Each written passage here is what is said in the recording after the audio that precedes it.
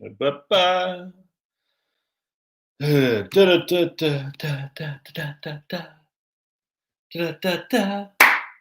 Da-da-da-da. Why is it not live in my live? I don't see it coming live. I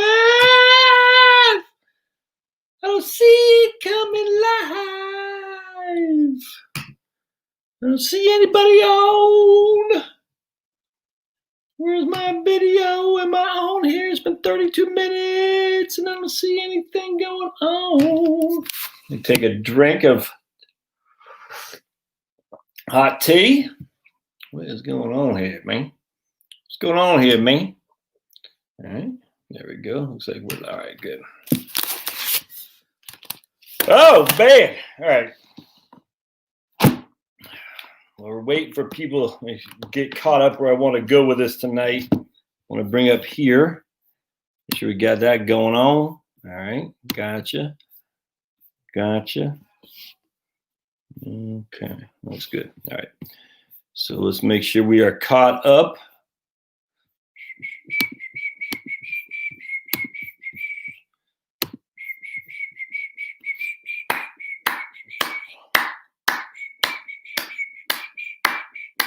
Hey, everybody.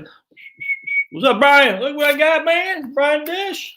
Vinyl signs right there. Cornbread.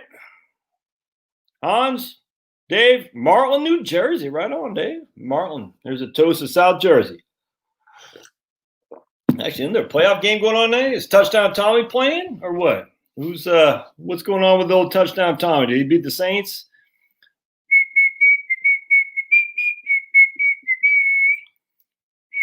The Bills and the Bills won yesterday, and who else won yesterday? I couldn't believe it. I was like, dude, some weird stuff, man. Nashville, Tennessee, Que Paso. So much to talk about here today. I don't even know where to begin. Saints beating Touchdown Tommy. Eric, Que Paso, the Packs. The Pack is back, eh?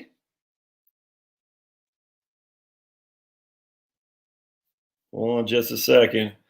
The did the Browns playing today? No, the Browns playing the Chiefs, right? I didn't follow football anymore. It's crazy. Isn't that nuts? Let's see. Yeah, all right. Whoa, Chiefs beat the Browns. Wow.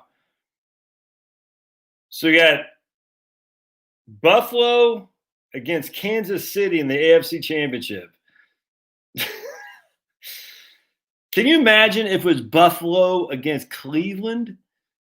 I mean, could you like Buffalo and Cleveland? I mean, can you imagine that? That's Buffalo and Kansas City, man. That's nuts. And then we got, it looks like the Packers are probably going to play the Aints, right? Still the first quarter. All right. I'm sure it's going to be the Aints. So we got Green Bay, New Orleans, Buffalo, and Kansas City. Pretty boring, you ask me. Kind of like the Alabama beating up on Ohio State. That was like the worst ratings for a long, long time. It's weird how bad sports ratings are, given that everyone's apparently staying at home. You think the sports ratings would go through the roof, but not quite. It's weird, man. I wonder if people are getting over that. NBA ratings are way down, hockey ratings way down, baseball. I think baseball ratings are actually pretty good, but they're always kind of low compared to NBA and NFL. NFL by far, but it's just weird. You thought TV ratings would be pretty good, given that everyone's sitting on their tushes, afraid of that which shall not be named. I wonder if hold on just a second. I'm going to see on the Minnesota. Bear me just a second. We'll see if the Minnesota flu stats report is out for week 54 yet here. It's pretty interesting because there's week 53. Hold on just a second. No, not yet. All right. So we got the Minnesota. They have the lowest flu hospitalizations they've had. I mean, literally going in the last 6 years. So they're It's amazing. We'll see if that keeps, but they've had 21 in the state of Minnesota hospitalizations because of flu to date. This is as of week 53, week ending January 2nd. And that's just, it's almost as if the flu has been eradicated by masks. But the severe flu of the other thing, which should not be named, has not been eradicated by masks. My wife says she saw at Publix yesterday some lady with not one, not two, but 3 masks on and gloves. And I'm sitting there thinking, I thought masks weren't supposed to protect you. They're supposed to protect others. So, I mean, why are you? The whole thing's weird. I don't want to say anything more about masks or I'll get banned. All right. So I did a video earlier today on you're going to give up. But I just want to share with you, this is, I don't know if y'all ever heard Web Du Bois. It's not Du Bois, it's Du Bois, by the way. And this is a biography of a race. And it's interesting, funny. Exactly. No one can have just a cold or regular flu anymore. Yep, that's 100%. All right. So I want to just real quick. I thought this was pretty interesting. I was reading this. I'm very interested in Reconstruction. If you're not familiar with Reconstruction, you probably ought to, especially from the North, you're probably not, but you probably ought to, refreshing your memory of Reconstruction, read about it, because it's very, very interesting, actually, and how what happened, which created a lot of chaos between whites and blacks back in the South after the war. It is actually pretty evil. Some of that crap is down there. Unfortunately, the white Northerners used the blacks as their, basically just like white Northerners do today. I mean, it's literally, they took advantage of the trusting of the blacks in the South and the blacks, and then they left them. They left them behind. The white Northerners did. And then the people who were disenfranchised in the South, the poor whites, took it out on innocent blacks. It's just the whole, and the two people who benefited were the industrialists and the rich Northern whites, the radical Republicans, the rich industrialists, and then of course the landed gentry in the South. It's actually interesting. I just want to share this with you. If I could find out, hold on just a second. I want to read this passage because if I could find it. It's actually all right here. All right, so hold on just a second. All right, here's one thing. There's another passage I want to read. I want to just find this other one too. It's pretty interesting. 254, 55. That's it. And then 260 and 280. Okay, cool. 260. Yeah. All right. Right here. The deal was struck with the survivors of the old planter class and the allied new class of bankers, mill owners, railroad vice presidents, mine owners, and furnishing merchants who had reclaimed the South from Reconstruction. Heterogeneous in background and disputatious in politics, they were variously called redeemers, bourbons, or conservatives. Until the early 1890s, what had united them was a strategy masterfully implemented by the likes of Mississippi Senator Lucius Quintus Lamar and implemented by South Carolina Governor Wade Hampton, of using poor black people to control poor white people and their rising cousins. So during Reconstruction, they used poor black people to control poor whites. This is from the radical Republicans who came down to the South to do Reconstruction. So they control the poor whites and their cousins by poll taxes, residency requirements, literacy laws, stuffed ballot boxes, and a host of discriminatory devices. The conservatives had tilted, and the conservatives, like everyone would say, "Oh, just the Republicans today." No, just don't pay attention to that, stupid. It's the landed gentry, man. It's the Republicans from the North who are using the blacks as their, I don't know what it is. It's like they're the great white knights to the rescue of the blacks, the liberals, and then the conservatives and the landed gentry. But whatever it is the poor are getting screwed here. The conservatives had tilted the electoral process heavily in their favor, disenfranchising as many a fourth of white males who had voted in many states of the former Confederacy. Twice as many, if not more, African Americans were excluded in the same way, and by stronger measures ranging from economic reprisals to vigilant mayhem. Reliable estimates put the number of African Americans in the South still voting for the early 1890s near 40%. So the blacks voting in the South was still nearly 40%. Let's see. Yet many lower class whites for whom the ballot had been an obstacle instead of a passport to advancement. This is far too many. You see what's happening here? It's the same story, man. Turn the two people against each other. And so what happened was the blacks were promised reprieve by the rich whites in the North who came in for Reconstruction.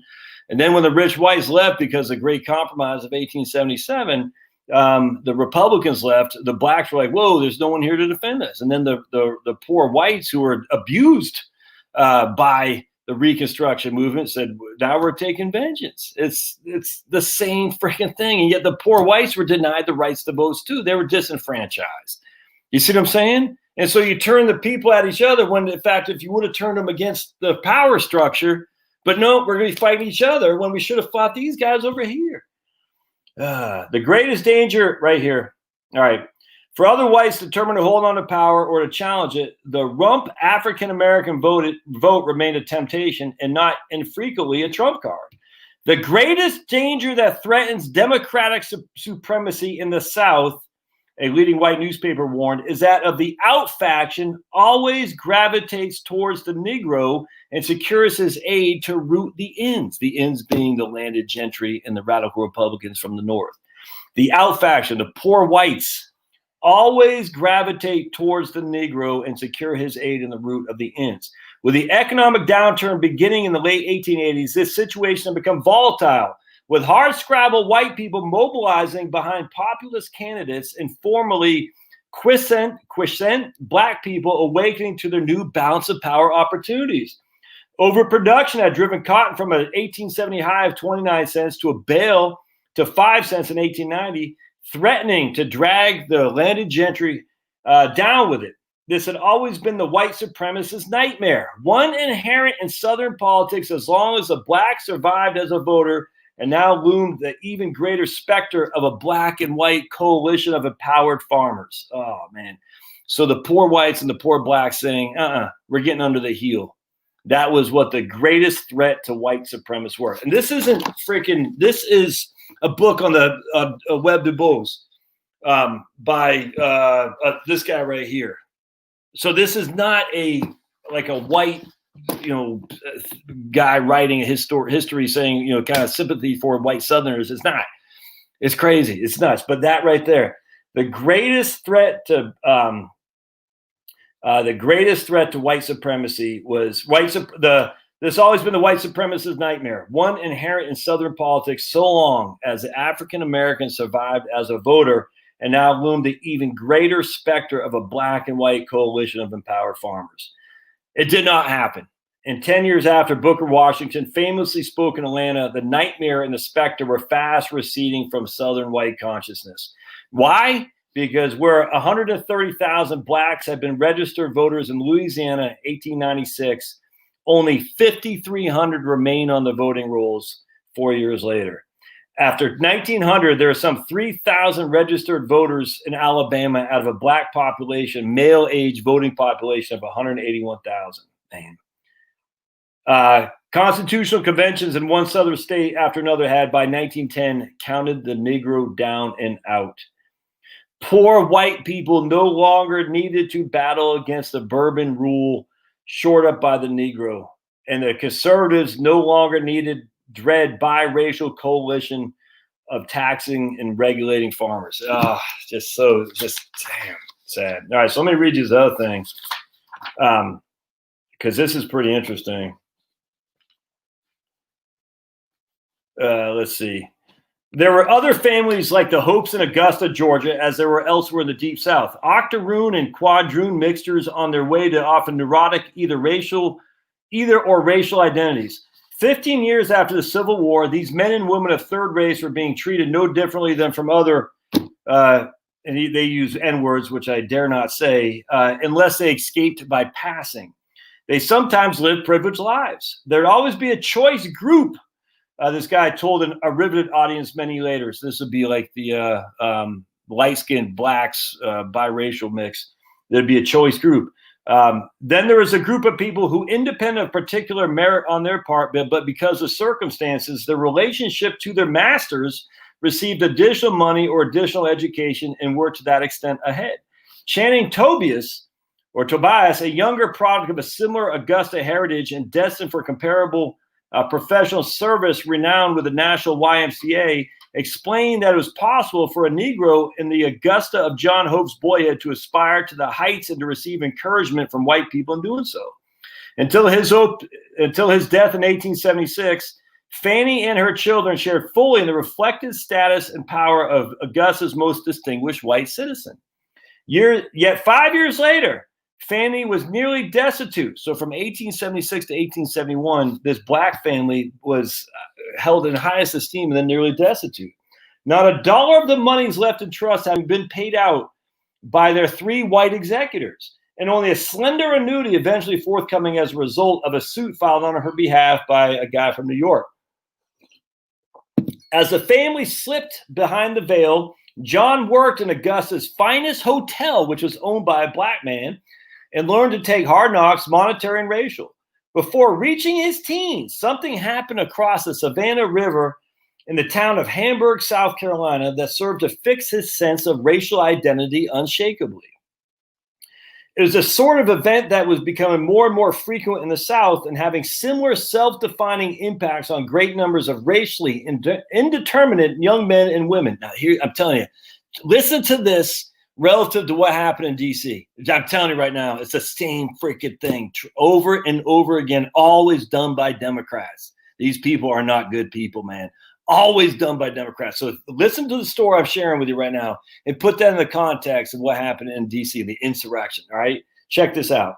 Hamburg was a center of black power and Reconstruction, South Carolina, with a black justice of the peace among its elected officials and an armed militia drilled to readiness by proud Black Union Army veteran Doc Adams.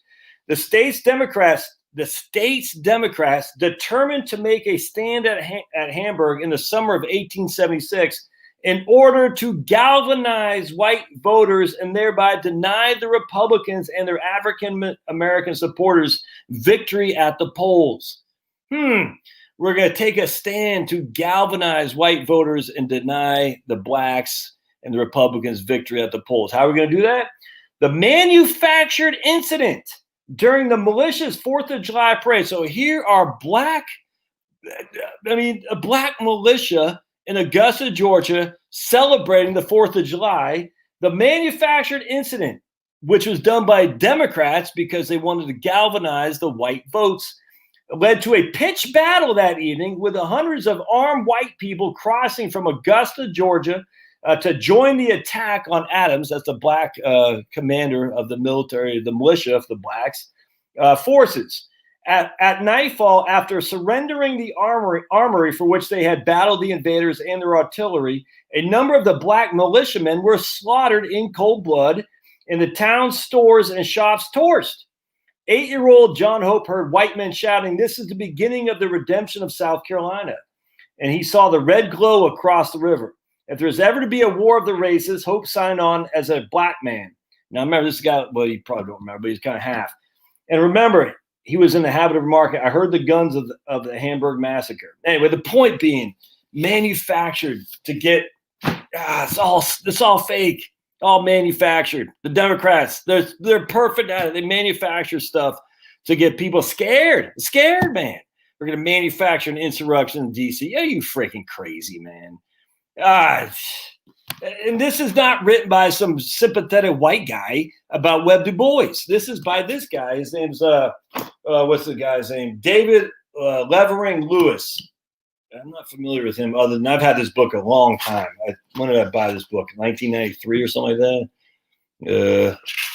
This guy wrote on King, Decent when Harlem was in vogue, Harlem Renaissance, a race. It was interesting. He talks about, I think he talks about Marcus Garvey and stuff in here. Just all kinds of stuff, like the Back to Africa movement. Yeah, 1993. That's when I bought this book. The point being is that, man, they're always trying to get you scared, always trying to get you panicked, always trying to get you. That's how they control you, man. They can, and I say they, it's the landed gentry, the rich elite, the academics of the Northeast. It's no different than happened here. The Northeast academics and the radical Republicans partnering with the Southern gentry. You should, man, you should get the book. It's interesting as all can be, but you read it, you start saying, man, there's so much similarities that most people have. That just because your stupid skin color is a little bit off relative to other people, this is stupid, man. It's the stupidest thing. And I'm sitting there reading this. I'm like, holy crap. And you read what happened after Reconstruction. Why did the Republicans give up? Oh, you want to know why? Because there's a close election, and they said to install whoever the Republican was. We want you to leave, basically get rid of Reconstruction. All right. And so they took the Democrats play for the long game. So the Republicans were able to say, okay, we'll take over the presidency for a short term, but we're going to get out of the South. And once they got out of the South, then they no longer had to worry the landed gentry of the rich Cavaliers types in Charlottesville and Virginia and North Carolina and Georgia. They no longer had to worry about the poor blacks, the poor whites getting together and forming a populist party. And so what they could do is they said, oh, you join us because you're a white guy, even though we don't know you from Adam, we don't like you, but you have the same skin, and we're going to turn our ire on those guys over there, the blacks. Yeah, and so then the Republicans scurried off to the north and left the blacks on their own, and there was no one there to defend them, and as such, they were denied. It's just the whole thing's crazy. It's just nuts, and this is what happens when you're relying on politicians to save you. And I don't care if it's Trump, I don't care if it's freaking Obama, I don't give a crap who it is, man. Freaking pisses me off. And I'm sitting there thinking, this is the same thing over and over and over again. We're going to turn people against each other so we can control them. We're going to hate the Jews. Why? Why do you hate the Jews? They killed Jesus. Okay, well, did the Jews kill Jesus? Come on, give me a friggin' break. Part two of that, because literally the Jews did not kill Jesus. But part two of that, okay, even if that were so, I mean, how many freaking people did Christians kill? It's just stupid. It's dumb. Or we're going to hate this guy. We're going to hate that guy. But yet these guys, the Hunter Bidens of the world, the Trent Lotts of the world, the freaking Steely Joes of the world, they're getting rich. And we're just sitting there saying, oh, I hate you. Stupid. Oh, man. But the point being is that, all right, and this is what I've always been sympathetic for, man. I'm sitting there thinking, how did the blacks deal with all that crap? And only in 2008, and they didn't even get a black guy. They got an African guy, but not a true American black. And I'm sitting there, and Kamala isn't either. I'm sitting there thinking, all these years later, I've always wondered why blacks didn't revolt. Why did they go Toussaint in Haiti? I've never understood that. And yet, it's just always been amazing to me. And yet somehow we now, Republican, conservative whites, are supposed to say it's war. I mean, come on, man, cheese, Louise, and blue cheese. I sit there, I say, we've had groups of people a hell of a lot worse than it's gonna be bad. I guarantee it. You know what I'm saying? I mean, Joe Biden's already saying if you're a white man, small business owner, basically good luck to you. You're not getting help from the federal government. Is that a bad thing? I know everyone says, well, I didn't get, this reverse discrimination. Do you really want the federal government telling you how to run your business? I don't think so. And I get it. I get the reasons. If you're on your last legs, you'll reach out. I get all that. And if you're a white guy, you don't get it, it's gonna piss you off.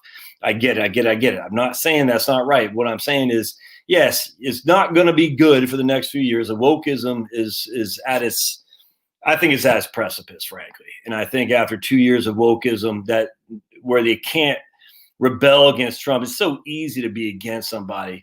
Wokeism is going to be yesterday's news. I truly believe that.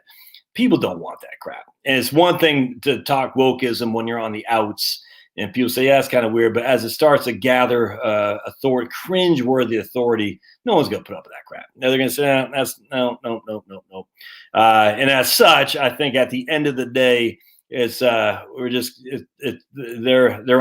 wokest stuff is on their last legs. Now, with that said, this is where I want to go into now. economics is different. All right. So the wokeism stuff of the left is on its last legs. And this is where we got to get the conservative side of things. We can still be populist in a way, but we've got to recognize the fundamental mistakes of the economic fallacies from the left, because it's huge. It's bad. It's pure evil, man. These guys are idiots. And I say idiots, they're not idiotic in what they're trying to solve. They're trying to get power, right? But they're idiotic in their understanding of basic, just how human beings work. So we're going to start with this right here. The problem with monetary, let me just get my thing out here. The problems with modern monetary theory. It's actually not a great read. It's an easy read. I mean, it's simple, easy read. I read this morning. It's not a great read that disputes MMT, modern monetary theory, because that's where we're going. We're going to modern monetary theory. We're already there. And MMT is just basically, well, we'll get into it here in just a second. It's asinine. We are there, though, man. We are in modern monetary theory right now. We've been in it for a long time. We just never identified it as such. But now that we got her, Stephanie Kelton, who's the chief advisor to the Democratic minority in the Senate, I presume now the majority in the Senate, if not Steely Joe outright, is something we're going to have to challenge, because it's a very alluring, I'm telling you, their arguments, if you're ignorant about the way human beings interact, it's easy to be allured. And then you got to say, okay, how do we combat this? And it's going to be harder than the Laffer curve. So the Laffer curve, Arthur Laffer had a napkin and he wrote his little graph, I think to Reagan in the coffee house. I don't know, maybe it wasn't Reagan, it was somebody in the 70s. And that made sense. Simplicity is always the key here, simplicity. And we're going to go into it a little bit here just a second. All right, so I want to talk about right here. This is what I thought kind of was interesting. What this guy's taxes on the development of money. Taxes and the development of money. Stephanie Kelton, who teaches at Stony Brook, and I think in New York, and holds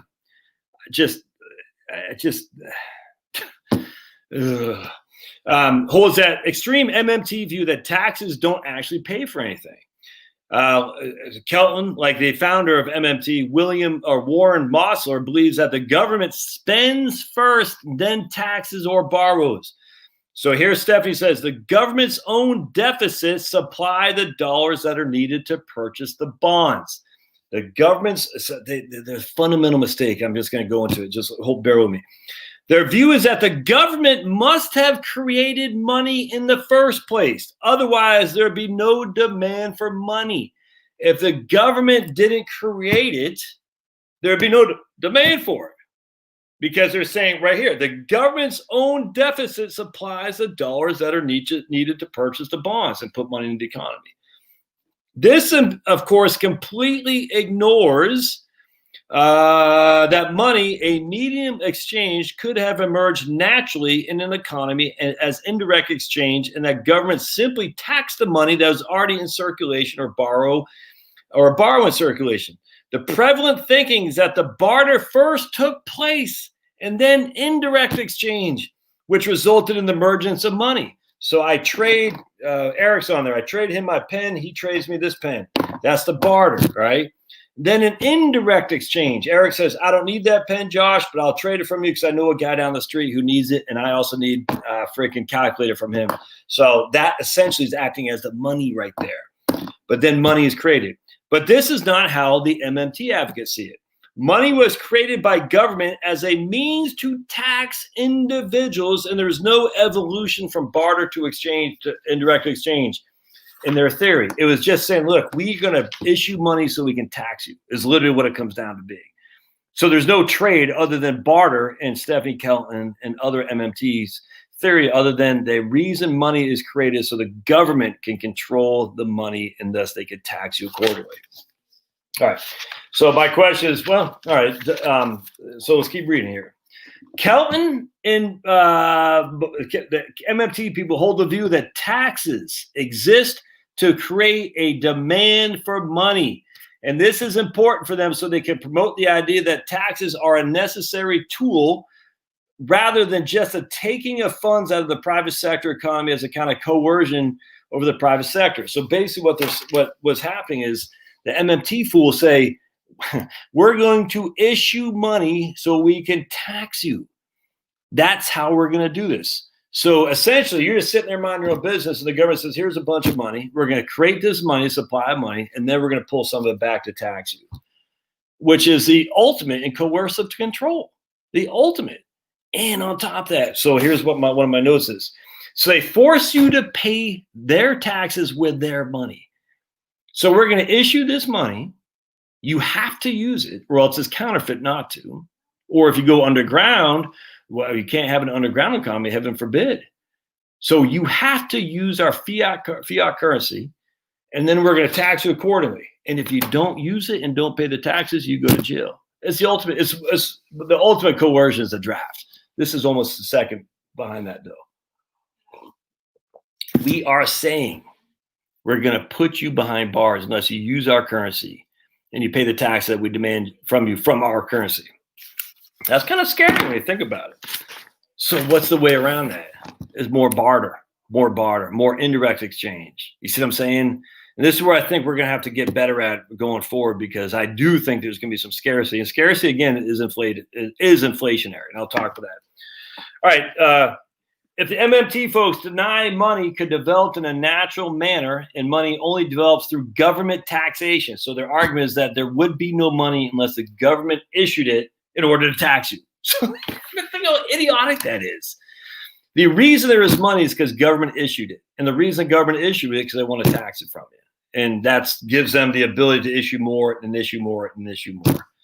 Because there would be no money if government, just think how insane that is. And just think what inherently it's so elementary and so infantile.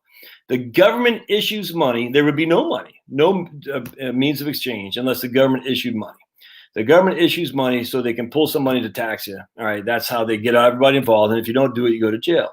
If the government can issue money, they can issue more, and they can issue more, and they can issue more. Ultimately, the government's going to be so smart and say, we've issued too much because now it's way too inflationary, we're going to pull back. Think about how stupid that is. What happens when things get all right. What happens when that time comes? Well, inherently, there'll be an underground market. I cannot stress this enough. My man, Hernando de Soto from Peru, writing about the other path back in the 90s. The other path, it's the same thing with Greece. Basically, you create these black markets because people say that right there is stupid. I'm not going to be, I'll do the minimal, pay the minimal lip service to your legal market, but everything else I'm doing underground. You see what I'm saying? Because this is stupid.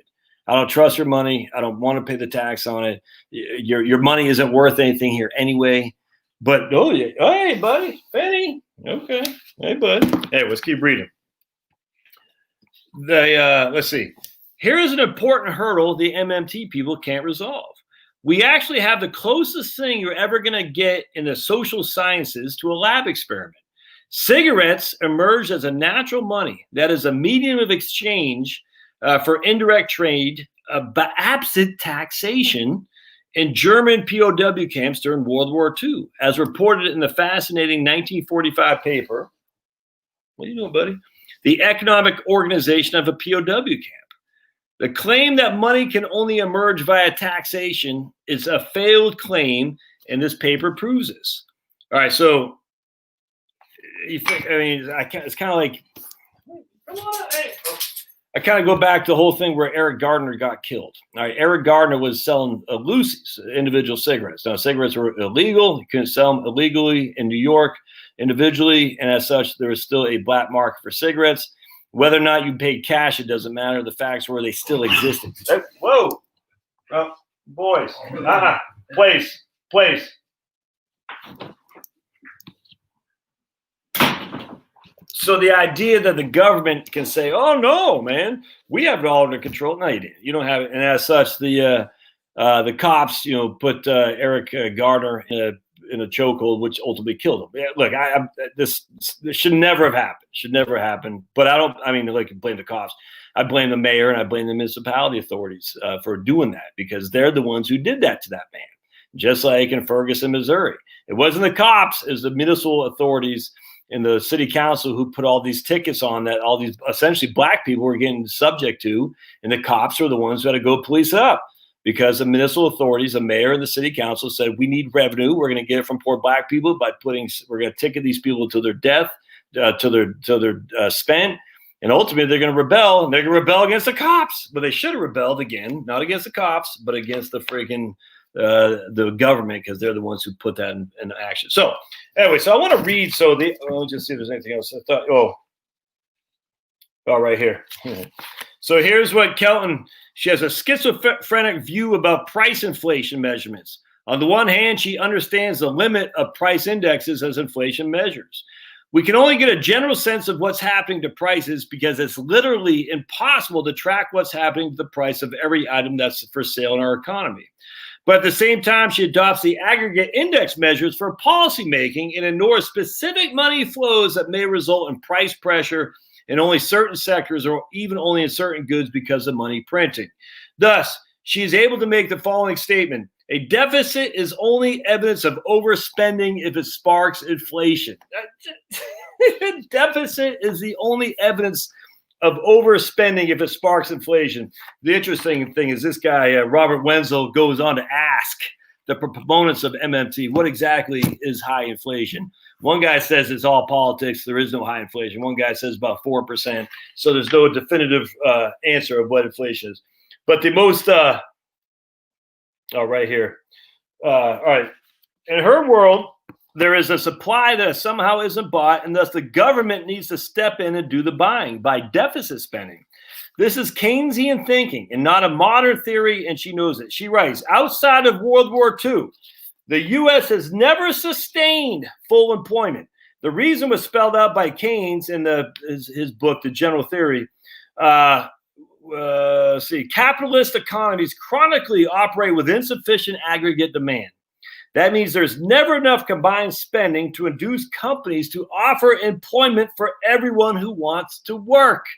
There is never enough spending to induce companies to offer employment for everyone who wants to work. This is literally the people who are going to operate as our economic czars. You can come close, and you might even get there for brief periods, especially during wartime. But peacetime economies don't operate at full capacity. There's always slack in the form of unemployed resources, including labor. Check this out. All right, so, but I want to see, all right, so what do you do to get, hold on, I got to find where it was right here. Hold a second. All right here. So what do you do to get full employment, Stephanie? The government, this is how Stephanie Kelton and the people running the Democratic Party literally are going to get full employment. The government simply announces a wage and then hires everyone who turns up looking for a job. If no one shows up, it means the economy is already operating at full employment. But if 15 million people show up, it reveals substantial substantial slack. In a real sense, the only way to know for sure how substantially the economy is underutilizing available resources. Why does the financing have to come from Uncle Sam? Because he can't run out of money. So did you hear that? The government just announces a wage and then hires everyone who shows up for work. If no one shows up, then that means the economy is already operating at full employment.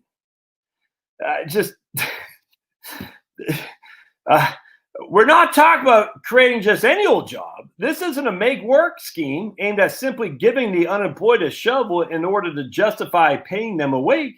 It's a way to enhance the public good while strengthening our communities through a system of shared government.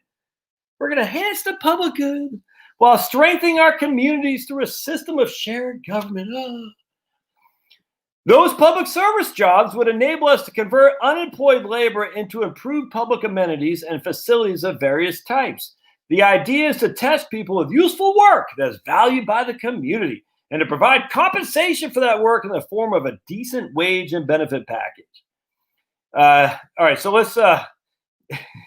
So she has no idea why Mao, Lenin, or Stalin all called to enhance the public good while strengthening our communities through a system of shared government. But let's see what does Stephanie Kelton think of wage? What should be the wage? She suggests the wage at $15 an hour. This would, of course, that no one would take a private job for under $15 an hour. Just think of how many employers of low-skilled workers who are paid less than $15 would not be able to find workers. This would shrink the economy and put even more people on the government make work dole. Yep. Think about the insanity of it. We're just going to create a job at $15 an hour. And anyone who shows up, that shows you that there's slack in the employment economy. But if no one shows up, that shows there's no slack. So what I say to Stephanie, throw a $5 an hour job in there then. Let's see if people show up. No one will. And thus that said there's no slack. The freaking thing is stupid. It's insanely dumb. I mean, it's one thing to argue about deficit spending and say, okay, maybe. I don't believe it, but okay. It's another thing to say, we'll show unemployment, that there's slack in the economy simply by the government manufacturing a wage. And people who show up just shows you that they didn't work for what they thought was the right money. Dude, if I'm making $12 an hour, freaking digging ditches, I'm saying I'm going to go work for the make work job for the government at 15 plus benefits. Well, that means that you have that there's slack in the economy. That's freaking stupid. It's like infuriatingly stupid. And guess what Stiffy Joe's minimum wage is? Oh, it's $15 an hour. We're going to create this wage.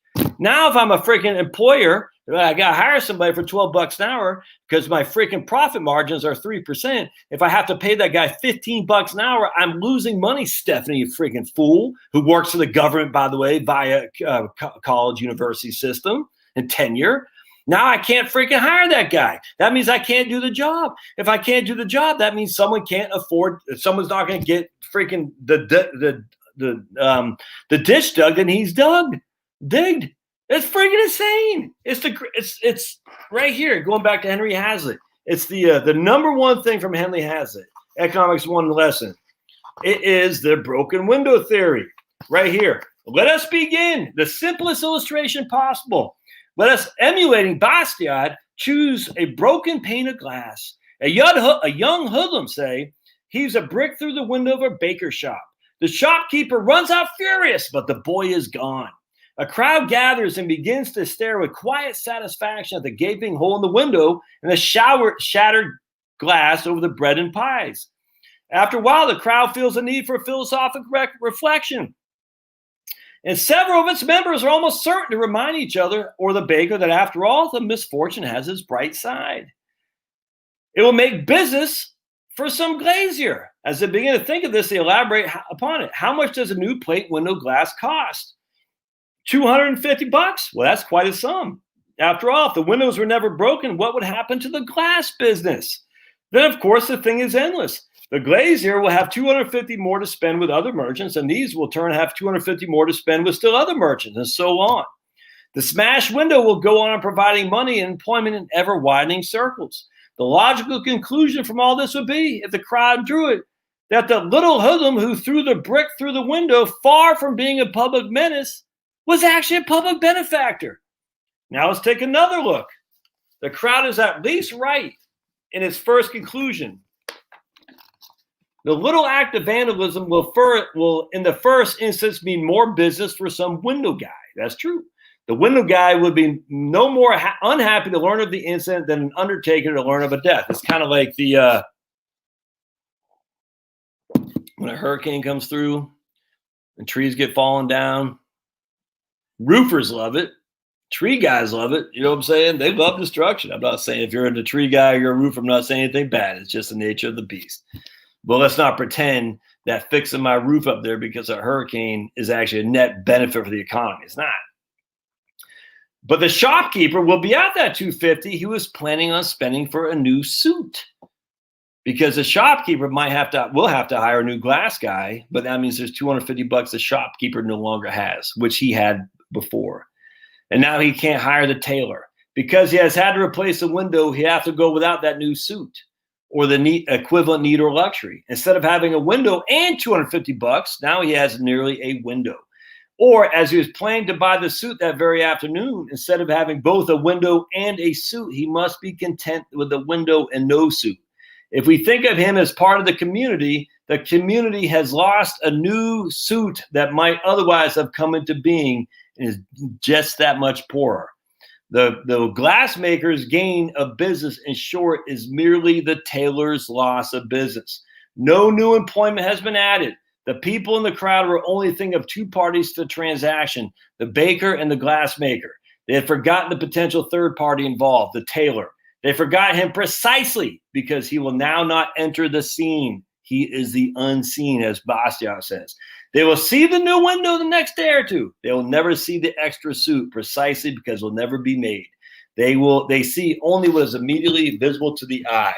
And The Blessings of Destruction by Hazlitt. I'm not going to read that. But anyway, lots of good stuff there. So what I want to do here now is read this Principles of Economics about – so the issue that the idiots like Kelton, Bernie Sanders, all these fools, AOC, we are dealing with children. Oh my, it's embarrassing how simplistic these people are. We are dealing with children, and unfortunately, children who control the levers of government. Like I said, just because I said a video today, don't give up hope. Stupid to. It doesn't mean it's going to be easy. My goodness, man. All right. So I want to read, if I can find, hold on just a second, how money is created. All right, here. So money was not created because of government. Fools, not you guys, because you guys are smart. These idiots, Stephanie Kelton, Wayne, I think it's Wayne Warren, something like that, Mosler, the MMT fools, freaking Paul Krugman, Thomas Friedman, all these guys, freaking stupid. Money was not created by government. Yes, government can create money, but it doesn't mean if in the absence of government, there would be no money. It's stupid. It's kind of like I read you the I penciled the other day with Leonard Reed talking about just because the federal government has assumed control over letter delivery doesn't mean letter delivery could not happen in absence of the federal government. So let's read my man Carl Menger. If ever you guys were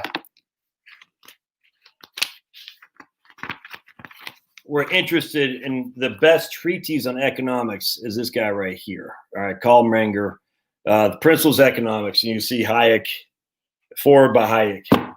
All right, so let's just share. Money is not the product of an agreement on the part of economizing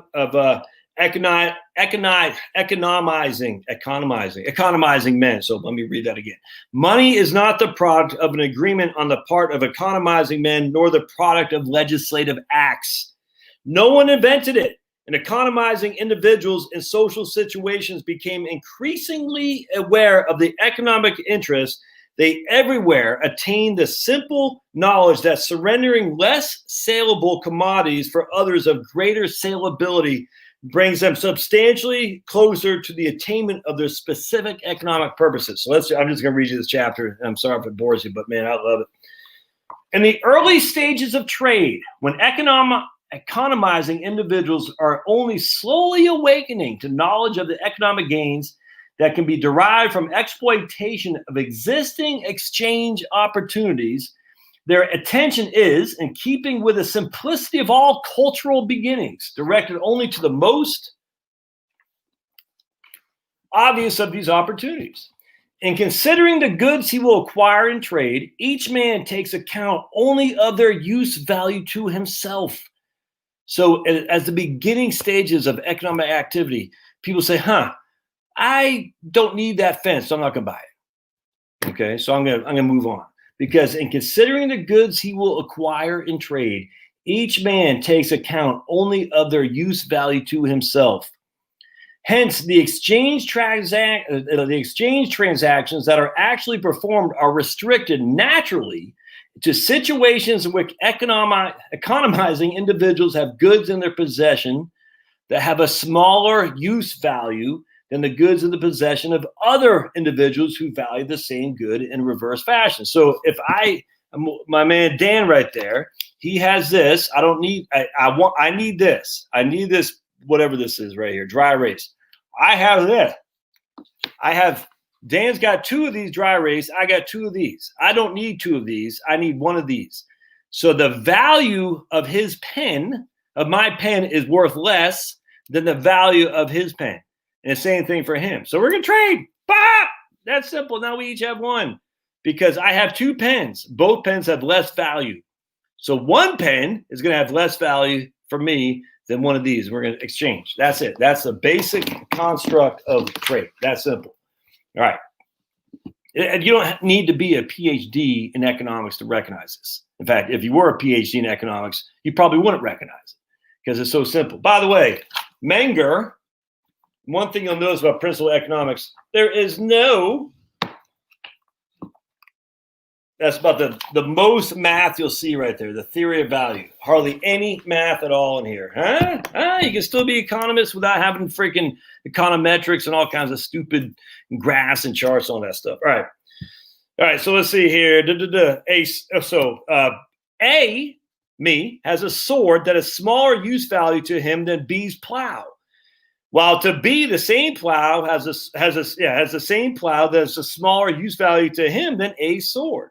At the beginning of a human trade, all exchange transactions actually performed are restricted to the cases of this sort. That's it, just you and me.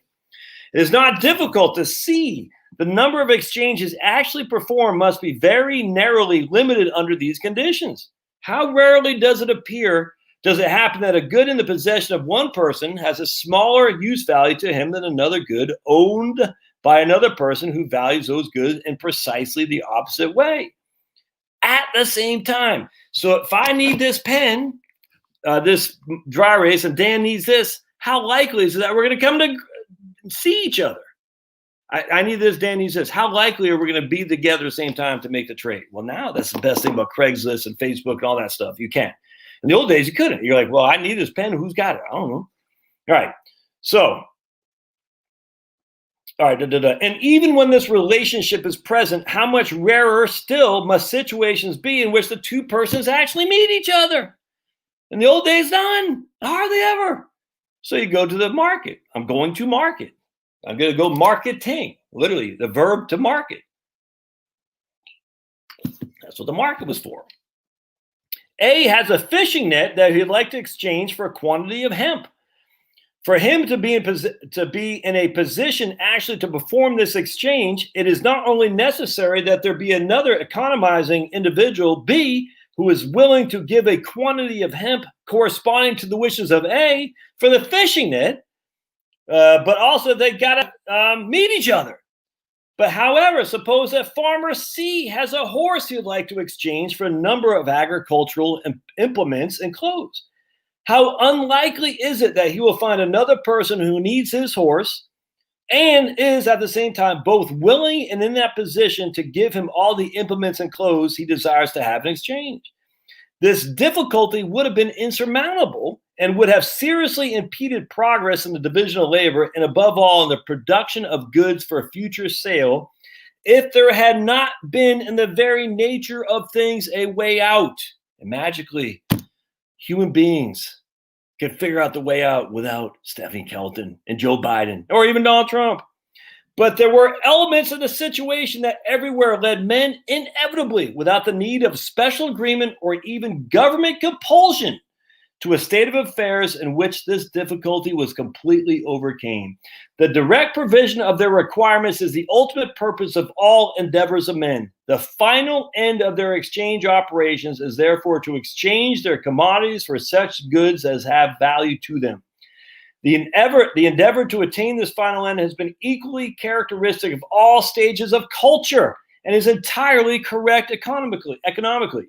But economizing individuals would obviously be behaving uneconomically if, in all instances in which this final end cannot be reached immediately and indirectly, they were to forsake approaching it altogether. Oh, my goodness. All right. Let's keep going down. All right, so let's see. Assume that a smith of the Homeric age has fashioned 2 suits of copper armor and wants to exchange them for copper, fuel, and food. So he's got two things, but he wants 3 things: copper, fuel, and food. He goes to market and offers his products for those goods. He would doubtless be very pleased if he were to encounter persons there who wish to purchase his armor and at the same time have for sale all the raw materials and foods that he needs.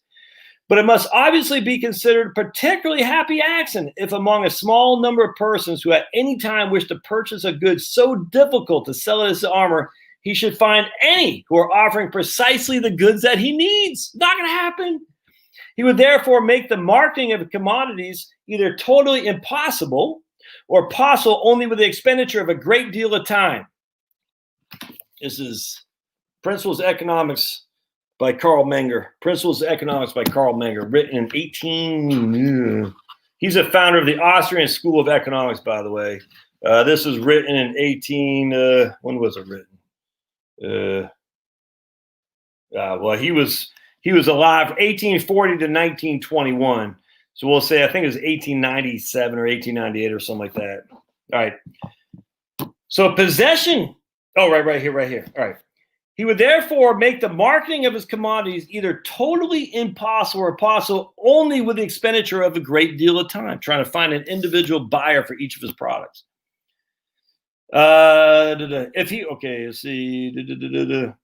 Possession of these commodities would considerably facilitate his search for persons who have just the goods he needs.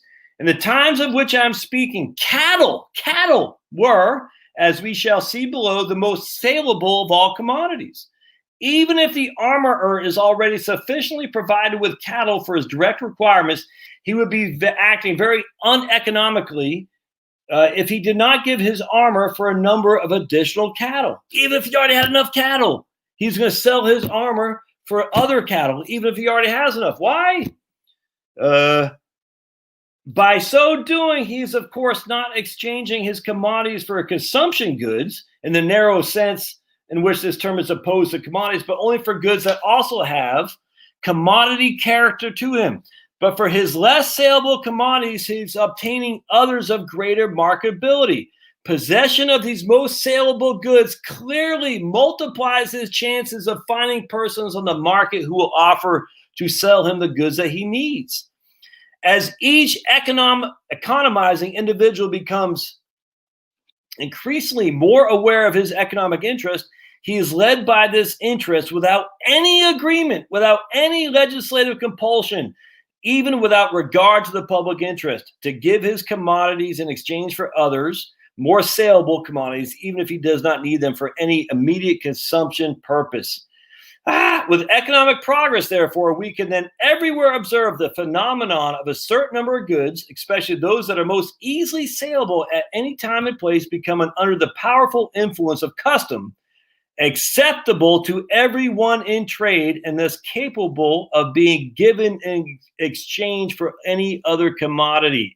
These goods were called geld by our ancestors, a term derived from gelten, which means to compensate or pay. Hence, the term geld in our language designates the mean of payment as such.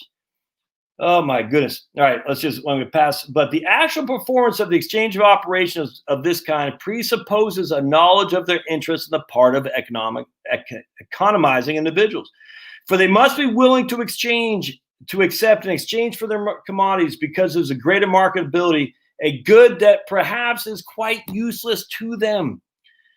This knowledge will never be attained by all members of a people at the same time. On the contrary, only a small number of economizing individuals will at first recognize the advantage accruing to them from the acceptance of others, more saleable commodities in exchange for their own.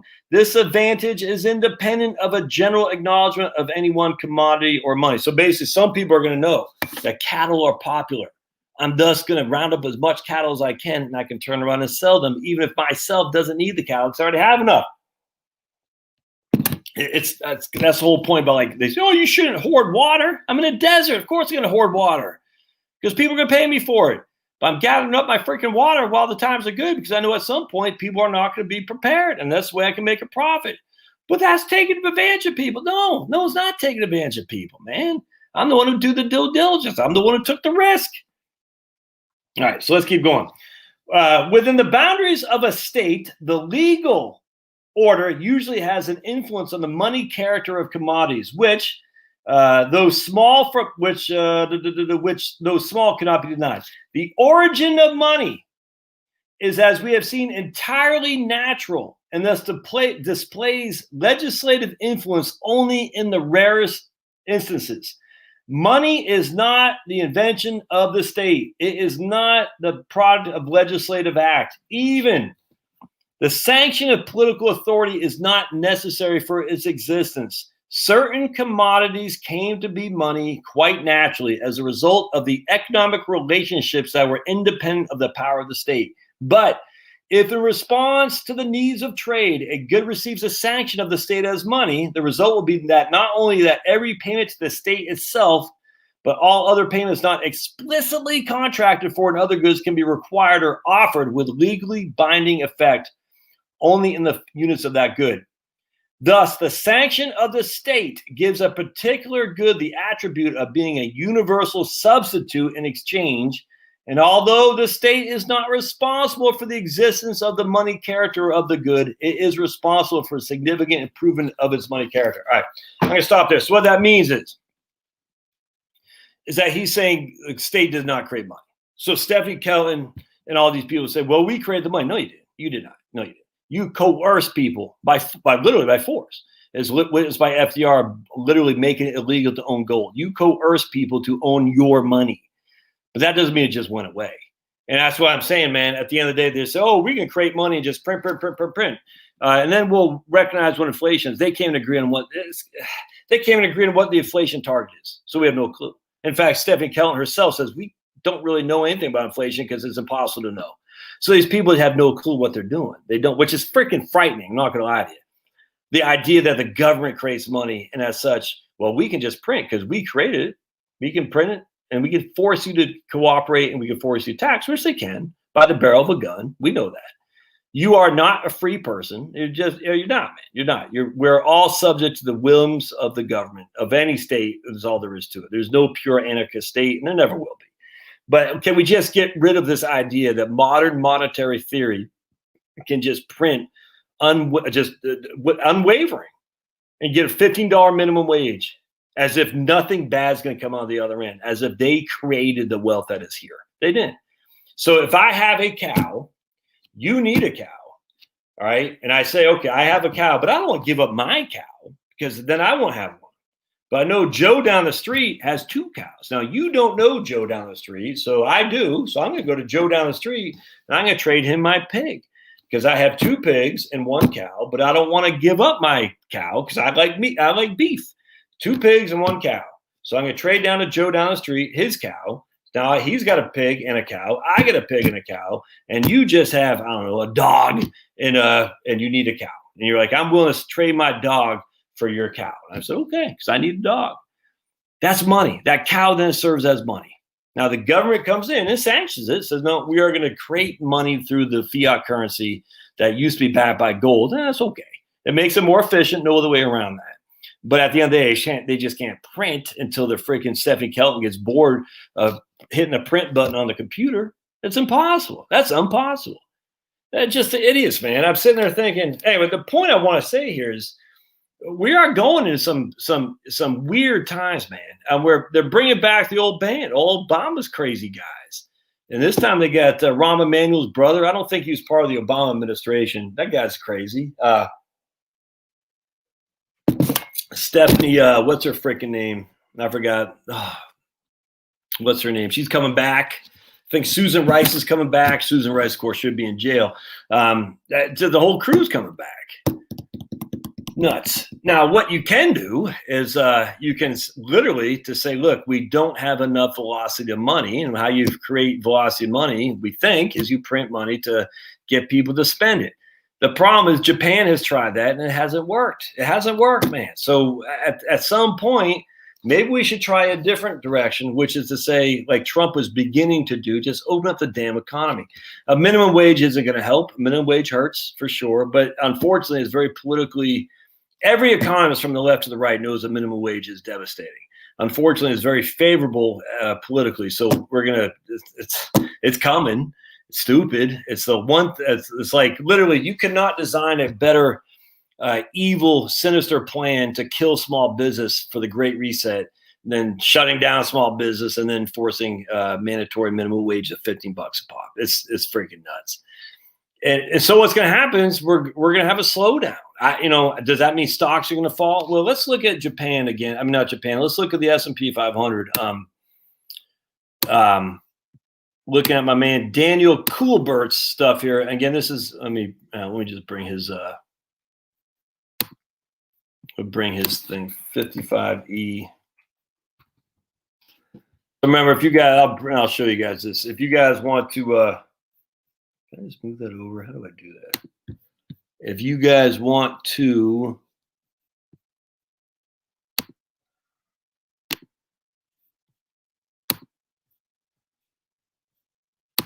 you can buy Dan's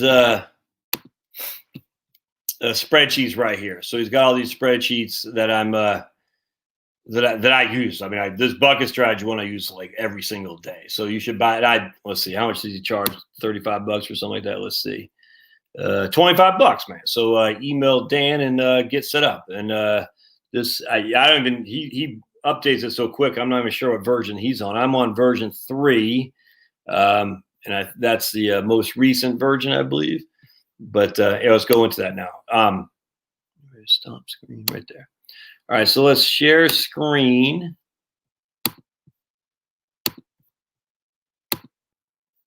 And we're going to go, okay, so let's look at what the S&P 500 did. We're going to say no money from 1970 to 1980, just for giggles here. And because that's when we had, high inflation and not very good growth on the overall economy. Stagflation is what it was. Where's the S&P? Right there. All right, so S&P 500, and we're going to put nothing there, nothing, honey, and we're just going to have 100,000 schmackers in the S&P. Blink. Yeah, right there. And we're going to start in 1970. And because just in case the problem with MMT is people do worry about inflation. I'm not all that worried about it, just because I look at Japan and they've been doing MMT for a long time. They have had none, but let's just prepare for it to be. The issue is we're not going to have much growth. There's no way. Now that doesn't mean all industries don't have any growth. I mean, even the fracking natural gas grew like crazy under Obama, but the economy as a whole is not going to have much growth. You can't. So we're going to go to S&P 500, and here you can see the inflation rates. Let me make this a little bit lower.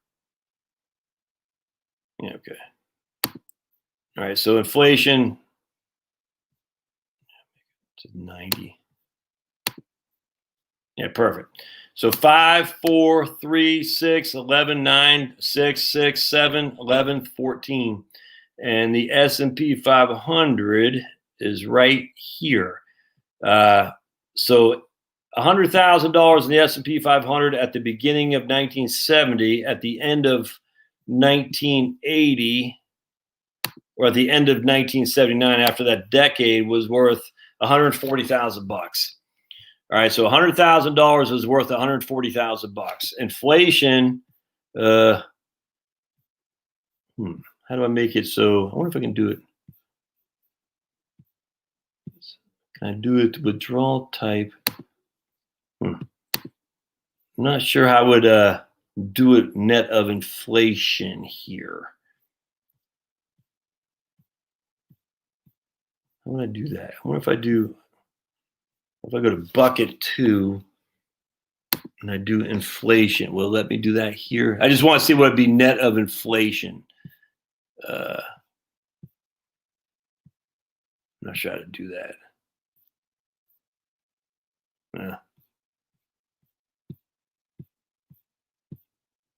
Yeah, I don't know. So anyway, but it's got to be a way. I wonder if I could just, I just don't feel like doing my calculator. I'm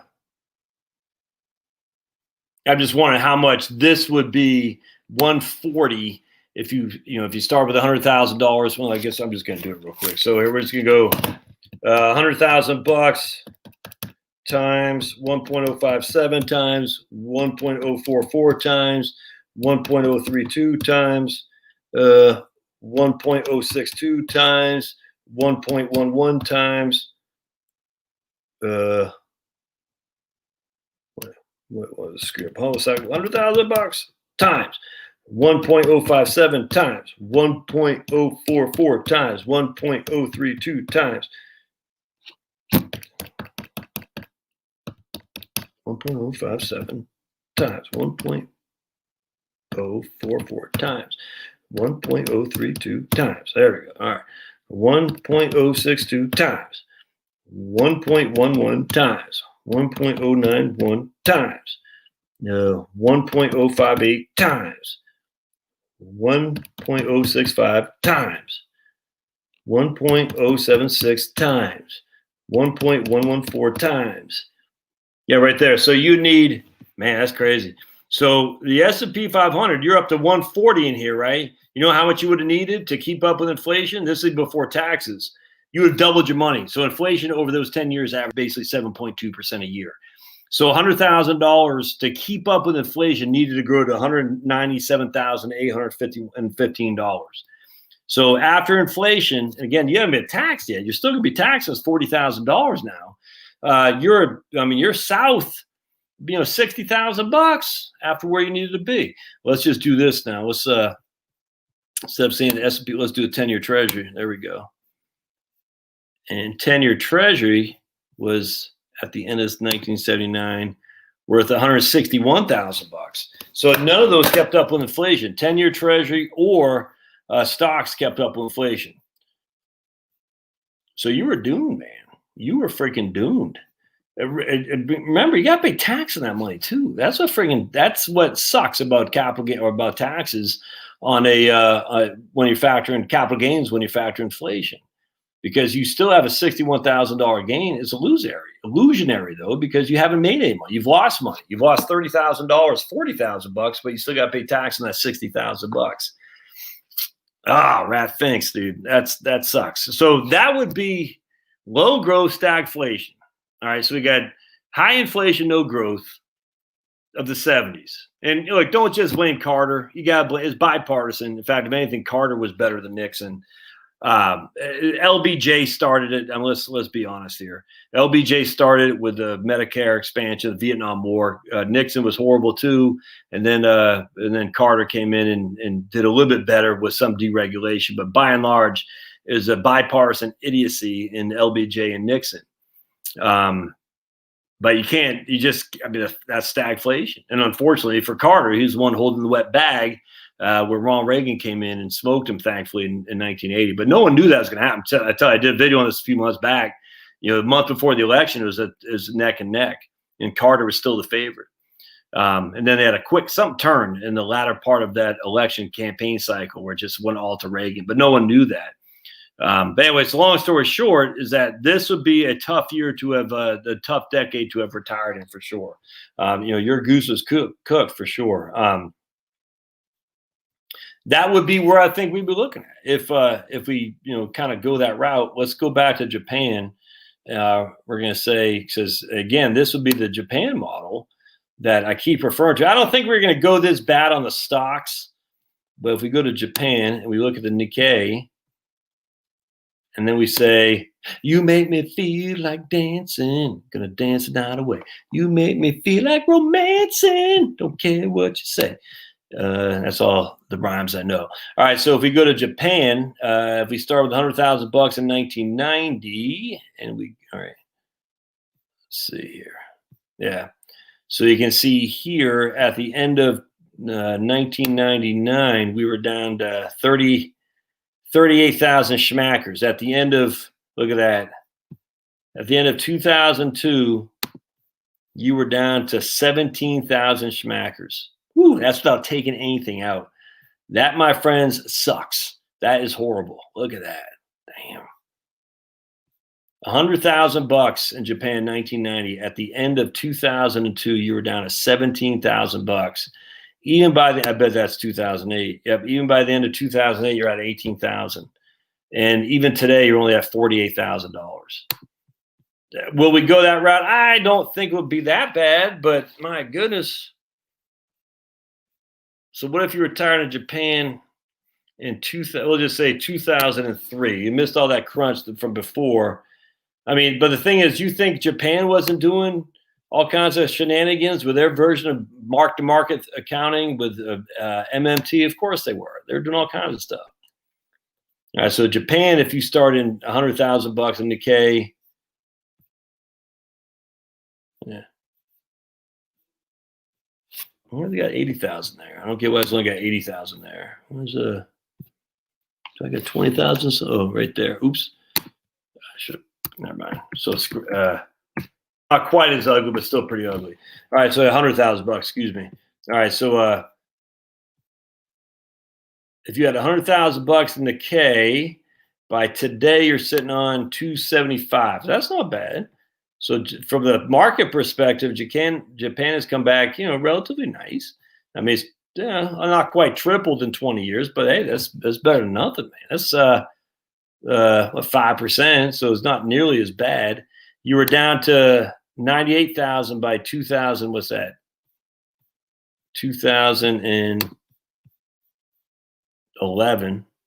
But then you've doubled your money, tripled your money in the last 10 years. So, I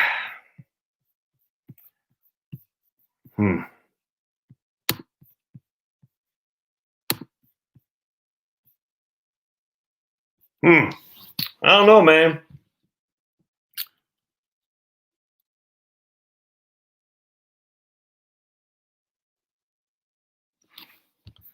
So what do we do, man?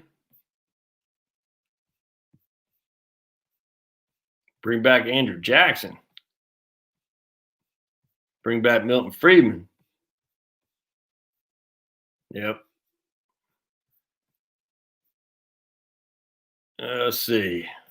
Granting legal status to legal immigrants and raise the minimum wage. Biden actually wants to destroy the U.S. I just the whole minimum wage thing is I just the thing is just stupid. It's nuts. I mean, 15. They're just pulling out of their butt. Why 15? Because fight for 15 sounds better than fight for 15. 16. Yeah, fight for 16. Fight for 15. It's just it's. Let's see. Biden asked Congress on first day to grant legal status to 11 million illegal aliens. It's funny how they never run on that, though. He never ran it. Well, maybe he did, be honest with you, at least the primary. This whole campaign was so, man, such a setup. I mean, regardless of the voting, just such a freaking setup. It's so frustrating. How did Trump not see this? I just sit there and I just, so frustrating. How did you not see, dude? How did you not see it? You see Stacey Abrams was arguing for mail-in ballots from the get-go. She was trying to make the case that blacks in Georgia are disenfranchised the same way they were in the South, 100 years ago. It's so freaking stupid. Such a stupid argument. And Republicans say, oh, I'm so scared.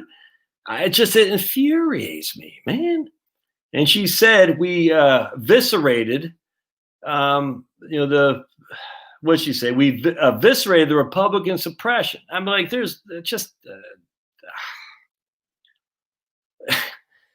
crazy. This guy emailed me, said he knows old Puffy. He said Puffy's always kind of a quiet guy. Was surprised when he threw in his hat in the ring for city council. And now he's on Secretary of State. He's just like, he never had the chops to, man. But who knew? I didn't. Trust me, I didn't when I voted for the guy in 2018, but I didn't vote for the primary. So frustrating, man. I'm just sitting there thinking, you could see that a mile away. The mail-in ballots were going to be the doom, regardless of if it being shenanigans or not. Just the facts are it's funny, actually. I'm reading this book too. How one of the ways they disenfranchise blacks, so they put multiple ballot capture places. It's literally identical to what's going on now. It's the same thing except in reverse. and what used to be a way to disenfranchise blacks is a way to, let's just make sure that Fulton County is overly represented, if that makes sense. It's literally the same thing. The Democrats play it like a fiddle, man. The election shenanigans is crazy. So back then, I mean, it's funny reading about Webb Du Bois, how they what they did to disenfranchise them. And now it's like the exact same thing, except to overrepresent. Yeah, but when I hear the story about Puffy Barger, our Secretary of State, I recognize that politics on the Republican side is literally a citizens. We're not John Ossoff's, who just uses his daddy money to run for office until he wins. We don't. A lot of Republicans don't have. I'm reading somewhere on who was I reading the other day who was keen on Donald Trump and Ivanka. I said, get them the hell out of it. I like Donald Trump Jr. I do not like Ivanka. No. I don't want anyone run on daddy's money anymore. Let's get that stuff behind us. I want a scrapper in there. I get it. Trumpster kind of was, but I don't. No. I want a guy who fought his way up from the bottom, to which Trump did. That's the nice thing about Trump. He did it in New York City with real estate.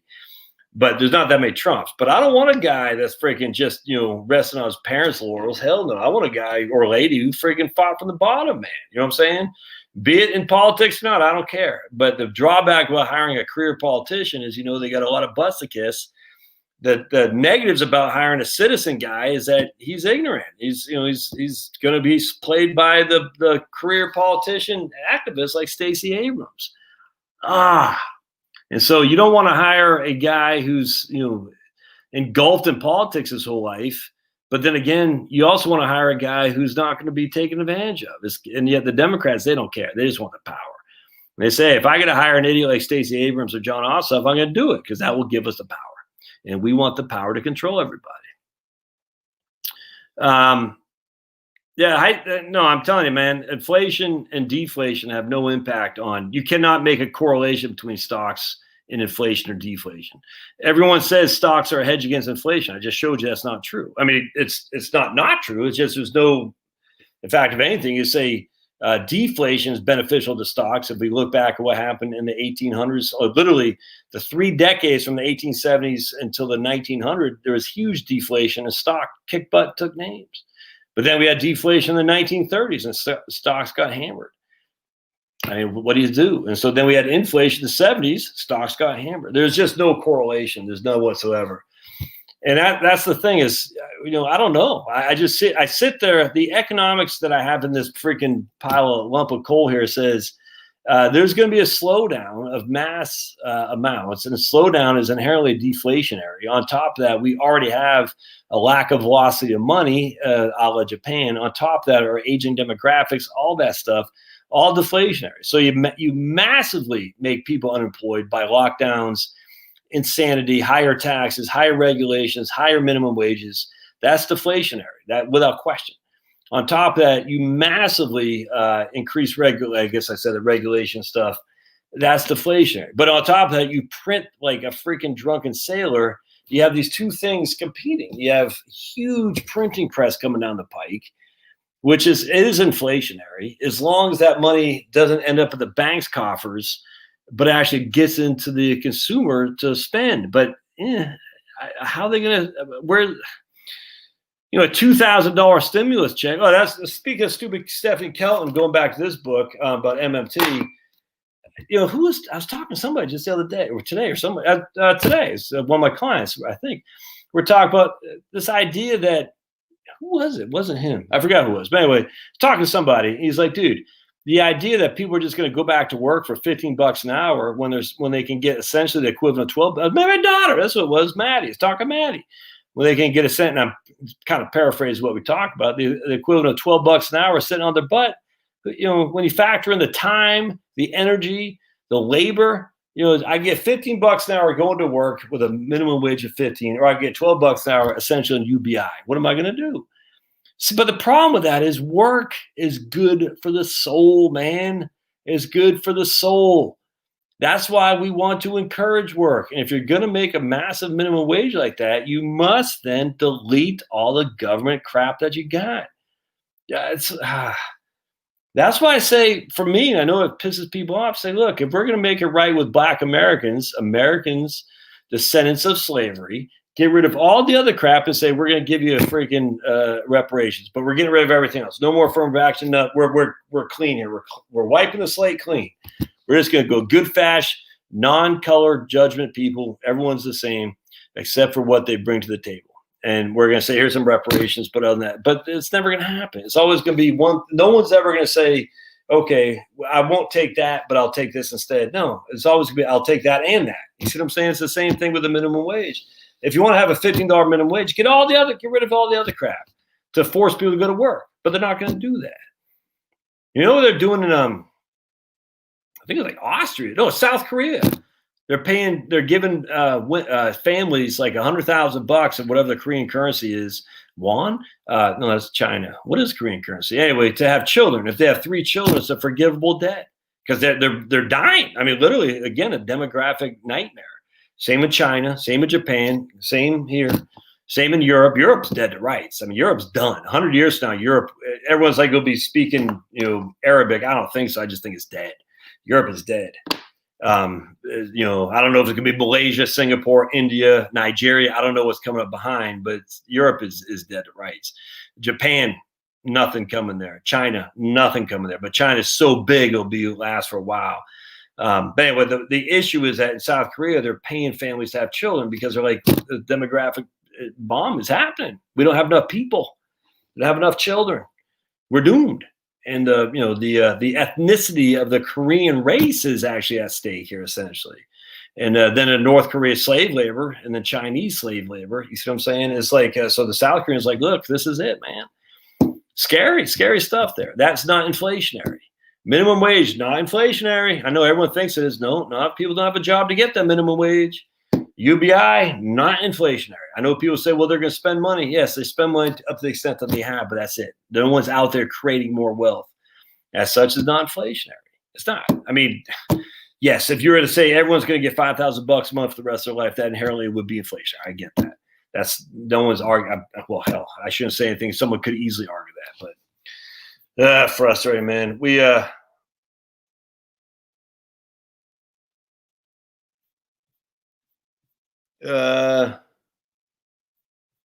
I completely agree. If government is looking to do American blacks justice, they should stop mass refugee resettlements that create competition for resources. Actually, I would say with illegal immigration too. This is the thing that I think, if I were a dastardly Republican strategist, I'll build that divide between the immigrants and the American blacks. There is a raw thing right there, man. And you get it because American blacks saying, wait a second, we're being essentially displaced by these illegals coming in and taking our resources. And when I say I would exploit that, that wouldn't be like to turn them against each other. That'd be to turn them against the Democratic Party. Because you can't have both. You can't. And you cannot say you're for American blacks and turn around and say you're for illegal immigrants. Because unless you're living in hoity-toity freaking, Northwest Washington, D.C., you know what's happening there. There's a lot of chaos in those communities for sure. Everybody knows it. And, poor whites, the same regard. They took a lot of Somali immigrants and put them in Lewiston, Maine and stuff. Like, huh? In Minneapolis, and it's just weird. You know what I'm saying? That's problematic. Of course, if you say anything about it being problematic, you're immediately freaking, you have leprosy. No one wants to talk to you. But you're like, no, this is we didn't get a say in this. We should have a say in who can come into our community, for heaven's sake, man. And like, well, what is this? Joe Biden just one day waves his fist and says we're going to legalize 11 million people. What the hell's that? We'll see. We'll see if that passes. I don't know. I've read. I gotta say, I've read on both sides that the number of immigrants are coming is lessened and the number of immigrants is more. And I don't need, like, at this stage, I don't even know what to believe anymore. It's just one of those things. All right. So this guy says, what about the Asians who are forced into building the railroads and the Native American? Well, I've always said the two groups that should be, if we're going to do reparations, should be compensated would be the American Indians and the blacks. Did the Asians coming over here, were they taken as slaves? I don't think so. I mean, I'm willing to be proven wrong, but I don't think they were. Yes, automation of industries replacing workers. But that's why Amazon and other big firms love minimum wage, because it destroys competition. It's such a sellout to big business. It's fascism, man. We got fascism coming down fast and furious. That's all there is to it. Look, and when it comes to pharmaceuticals, Trump is part of that too. I mean, my goodness, what did he buy? $100 billion or doses of a couple pharma companies' vaccines? I mean, that's it's oligarchs, big government combined. That's the definition of fascism. It doesn't mean you have to have Mussolini brown shirts or whatever the hell, but it just means you got big government telling big business what to do. Big business says, yes, sire, just let us get rich and we'll do it.